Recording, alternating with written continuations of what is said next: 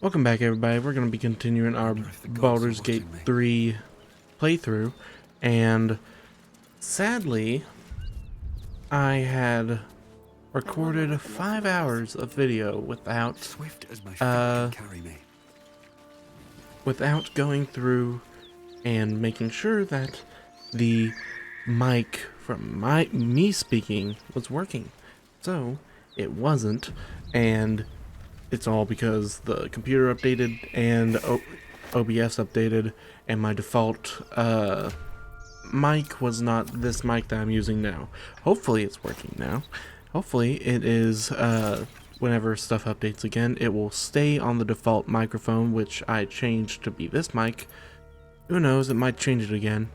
But we're just gonna be walking through this. It's gonna be kind of a summary of what happened, because I don't want to replay 5 hours of Baldur's Gate whenever I know all of what happened, whenever I'm already replaying a whole lot of it because I want to play something else. So, we're going to be continuing from where the last recording was, but it's going to be going by pretty fast because I don't want you to have to sit through me voicing over all the fight scenes and all that. I'll tell you when there is a fight scene and we might speed through it, but who knows. But we're going to continue, and first off we start from where we left off. We were still searching for the survivors of the caravan, so I started heading up there. We had come across this cave that had some gnolls outside of it, and there were survivors of the caravan inside. So we walked up, we got into a fight, and as we continued the fight, it kinda was a little bit difficult, not really too difficult. But in the middle of the fight, one gnoll called Flynn decided to talk to me. The shock of psychic pain, the pack leader's mind clamps onto yours. You see yourself through her eyes, a pulsing red cluster of organs. Feast. No, the voice has forbidden this meat. Gnolls see your whole world as a meal. This voice is acting as a leash. Knowing that the thing had a tadpole in its brain somehow, I decided to search her mind for the source of the voice. A memory. The beast daubs the symbol of the Absolute on a cave wall in blood. Very deep, a tadpole struggles to assert control against the ravenous chaos of her mind.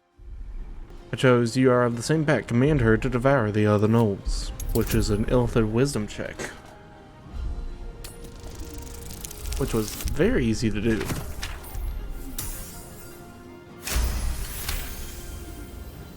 Sensing your presence, I could not feel it unless I got a critical failure. Your command. Its host will feast on gnoll flesh to control the hunger, to keep her teeth from your throat. Your mind lurches, reeling suddenly as if bitten.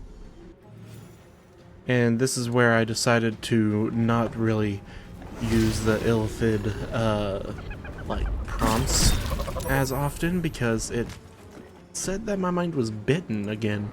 So probably not a good thing to keep having your mind get bitten. Flynn starts helping us, and afterwards she's still ravenous, so we have to fight Flynn. Still ravenous, her mind a hungry pit. The flesh of her pack wasn't enough to satisfy her.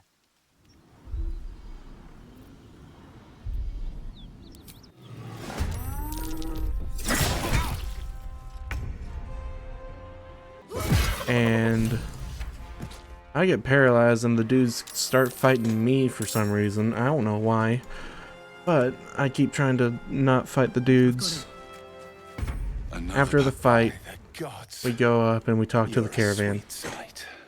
Are any of my crew still alive out there? This whole journey's been one grim sight after another. Gnolls, goblins, drow. Risen Road's more dangerous than ever. You're the first friendly face we've seen since Eltergard. which sadly Shadowheart was selected for the conversation. I tried to switch over to my character to see if I could get him into the conversation, but no, I couldn't. We're bound for Baldur's Gate. Got some cargo to deliver. But we've a stop to make along the way.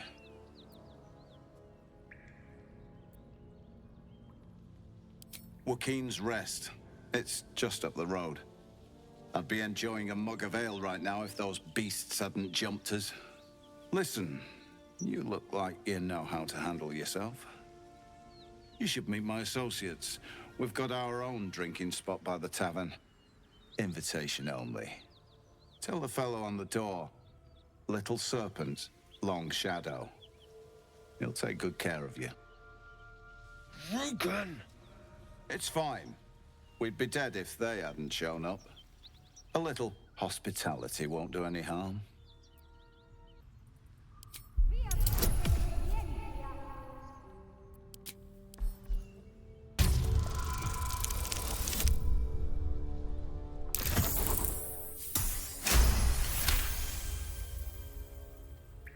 Shame we lost so many agents. But the chest is all that matters. Zaris would have our hides if we lost it. Aye, the whole reason we're in this mess. Trinkets for some rich tosser in Baldur's Gate. He gets his shiny baubles. We get a handful of Taranths. Taranths are the currency of the Zentarim, a network of merchants and mercenaries with few scruples.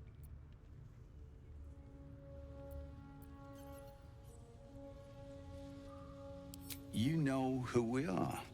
Very clever. And you probably also know it's not smart to interfere with Zent business.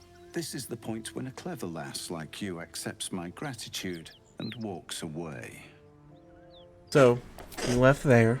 After we leave that conversation, we take a long rest. Which, in the middle of us trying to take a long rest, Will's patron comes by. Hellsfire. She's coming.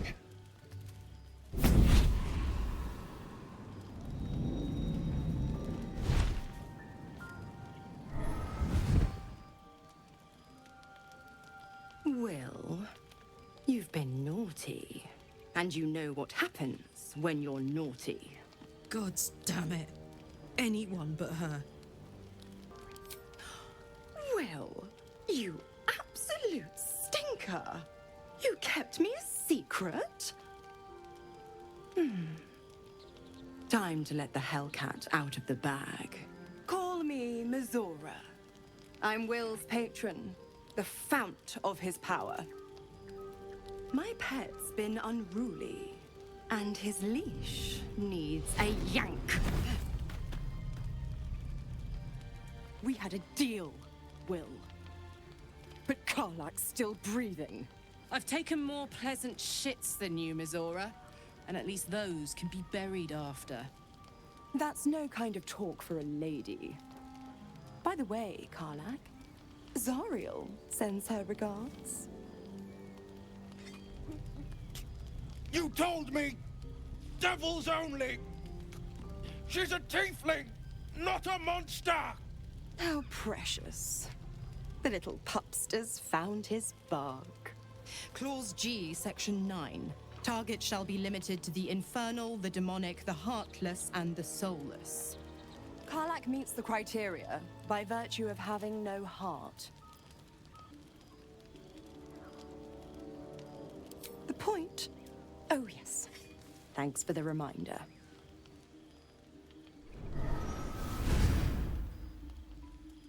Will burns in the fires of Avernus. The lightning storms of Dis strike his flesh. His soul passes through each layer of the hells, gaining their essence and their torment.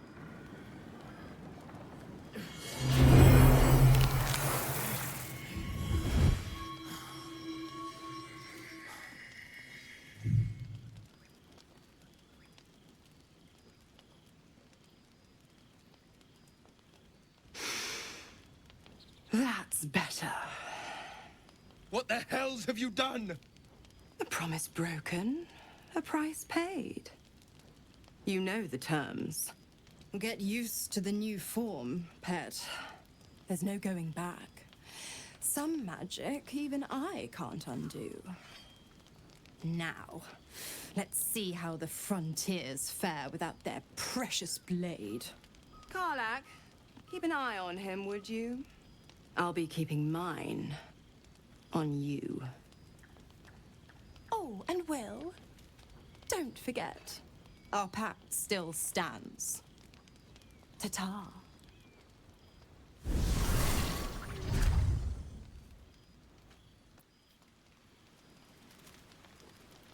Alright, so talk to Karlak about this whole thing. I'll be honest, soldier. I'm reeling. Will hardly knows me, but he chose my life over his. Been a long time since someone stuck their neck out for me like that. He's a good man, maybe the best of us. You can say that again. When he was chasing me through Avernus, I thought he was just another sad merg. How wrong I was. Okay. Let's go talk to Will. But God's damn her straight back to the hells. Just look at me. I did what was right, and Mazora made me pay for it. I'd be hunting devils and demons, she said. Traitors and hypocrites, heartless evils of all sorts, but not Zariel's victims. Not innocent tieflings. They failed Arcana. Well,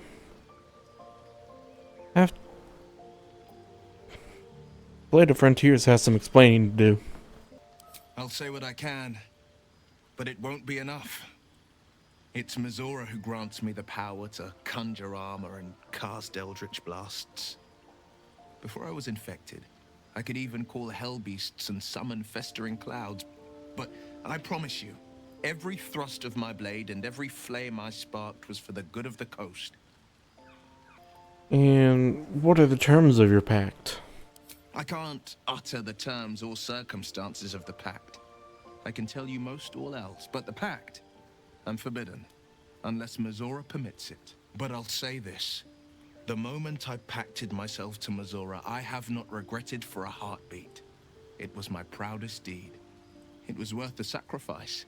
All I can give you on that is my solemn word. We have a dream with our dream visitor. I promised I'd be back.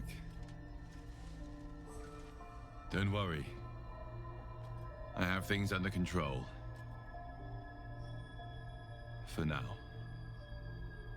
I see you've been using the powers the tadpole gives you. Good. But things haven't gone as you expected. You hoped a druid as powerful as Holsin might be able to remove your tadpole. But he couldn't.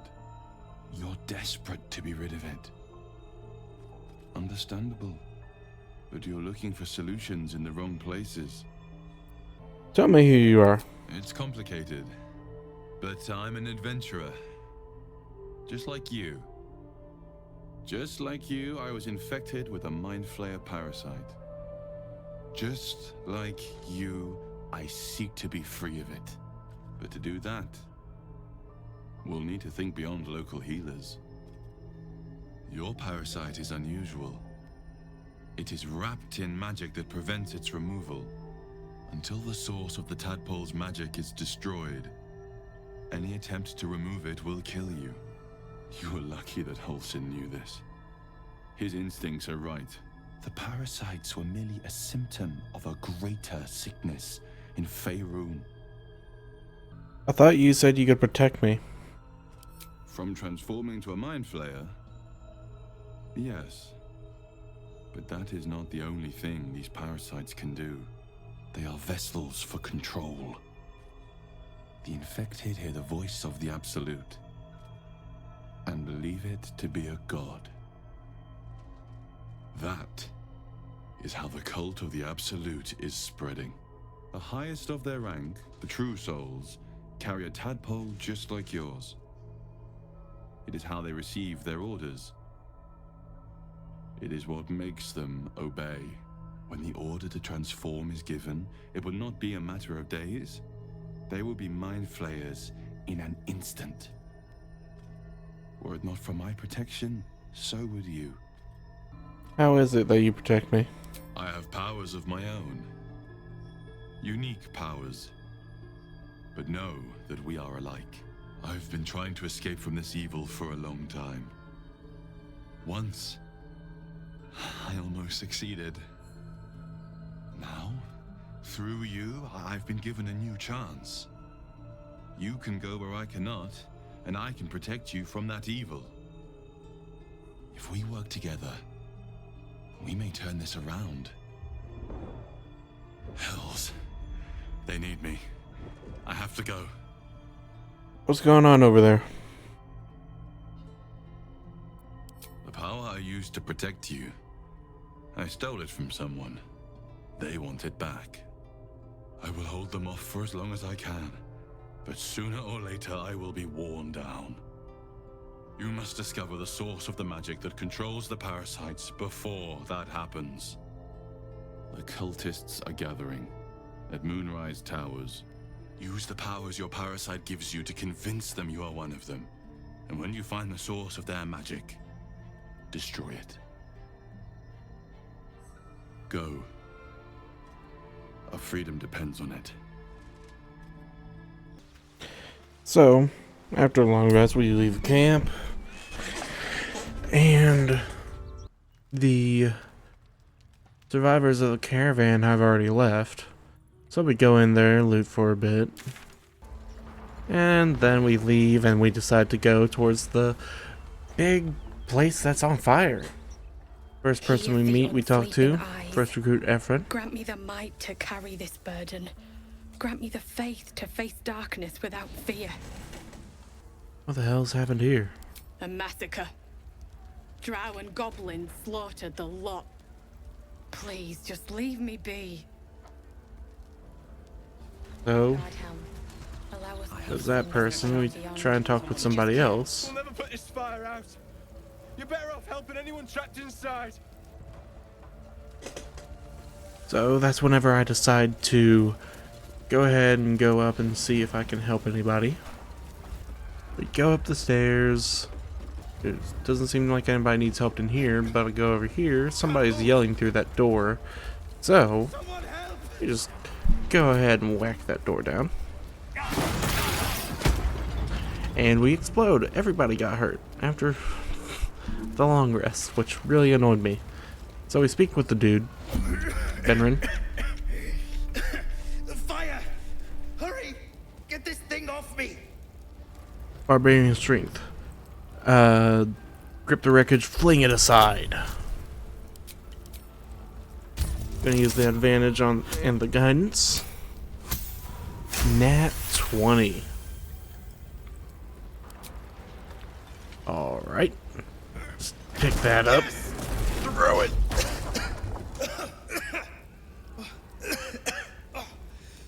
You did it! Nice. Thank you. Thank you. Alright, so we helped that dude up. He's knocked down, but we helped him get his stuff. We're in turn-based mode, so we gotta do a bit of maneuvering.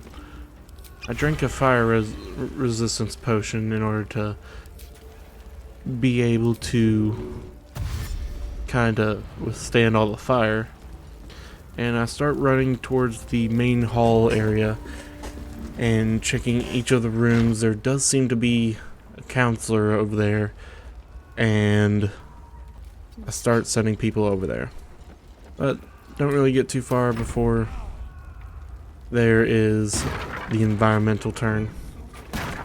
And the fire spreads awful fast, by the way.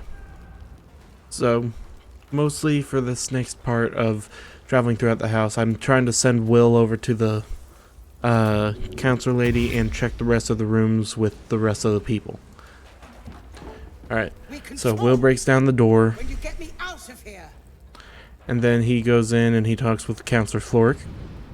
She's not in the mood for talking, so we just continue going about our business, trying to do whatever we can to search the area. Fire's still spreading. Karlach's kind of in danger from the fire, but everybody else is still running around. And this is whenever I decide to start trying to break down the front door in order to get out of here, so that the counselor doesn't have to do that. But then I realize that the counselor is in the middle of the big fiery room, so she might die, she might not, who knows. But that would be her fault if she dies, because she decided to run into the fire. So we continue trying to break down the room, not the room, the door. She eventually makes it out, and so does everybody else after we break down the door. And eventually we're able to get out of the area far enough. And so we talk with Counselor Floric and see what happens. Will, by the main God, what's become of you? A story best left for calmer days. Now breathe deeply. Are you in pain? Scorched throat. A few hairs singed off. Nothing a bit of time and fresh air can't cure. Listen, Will. The Drow have taken Grand Duke Ravengard. No, it can't be. You mean they've taken my... Yes, Will. They have your father. Well, you're the son of nobility. The circumstance of my birth is no matter of pride for neither me nor my father. But pride is no reason to refuse help to my own flesh and blood. How can we help? Rescue Ravengard from his Drow captors. Baldur's Gate needs him now more than ever. Trust us to see it through, Counselor. Who is Duke Ravengard? The invisible force holding Baldur's Gate together. Without him, the city's collapse is certain. I fear that may have been the intention of those who abducted him. The Absolute's cult is based in Moonrise Towers. That's where they'll have taken the Duke. Moonrise Towers, along the old road. That place is cursed. Few could survive there, unless darker forces are at work. This was no random attack. The Grand Duke was their target. I'll head west and find Duke Ravengard. Thank you. When the Grand Duke returns to the city, he'll hail his only son, a hero. Approach the towers with care. The land itself has been swallowed in shadow. I will seek reinforcements and join you when I can. And then Will has to talk to us. You can put distance between you and yesterday, but you'll never leave it fully behind. Father's words. Hard to argue with them. Floric spoke true. I'm a Grand Duke's son. Well, he's not just any Grand Duke. He's Baldur Ravengard, the most influential duke in the city. Aren't you worried? Your father's been abducted. More than worried in truth. What makes a Duke of Baldur's Gate so interesting to the Drow? Even the houses of Men's Oberanzen would have little use for my father. No, this is no Drow plot. These absolute nutters, these true souls are behind his abduction. His absence alone will sow chaos in the city. If they were to infect him, he could lead Baldur's Gate to ruin. All the more reason to find him. The Absolute has seized not just my father, but the future of the Sword Coast. You shouldn't keep secrets like this from me, Will. I know. And you're right. My story is one of two men. The Blade of Frontiers. A man hunting the fiends who prey on the weak and claw at the coast. And Will Ravengard. A memory of a memory. A man who belongs to the past. I wanted you to know the Blade, not the shadow he left behind. Alright, so after we talk with him, we decide to go and check up on the man that we saved. Miri. No. God, no, no, no. You should have stayed. You should have been with me. How did you two get separated? I was in our room. We had a fight. If I just kept my mouth shut about that bloody dowry, she'd still she'd still be here. What was that about, dowry? It's for her sister's wedding. I made a stupid joke about keeping it. We argued about it for hours. Then she took the dowry and left. She said I'd never see her again. She was right. This isn't on you. There's no way you could have known. I'm sorry, Mary. I'm so sorry. Please, just go. I need a moment with her. Alright, we'll leave you alone.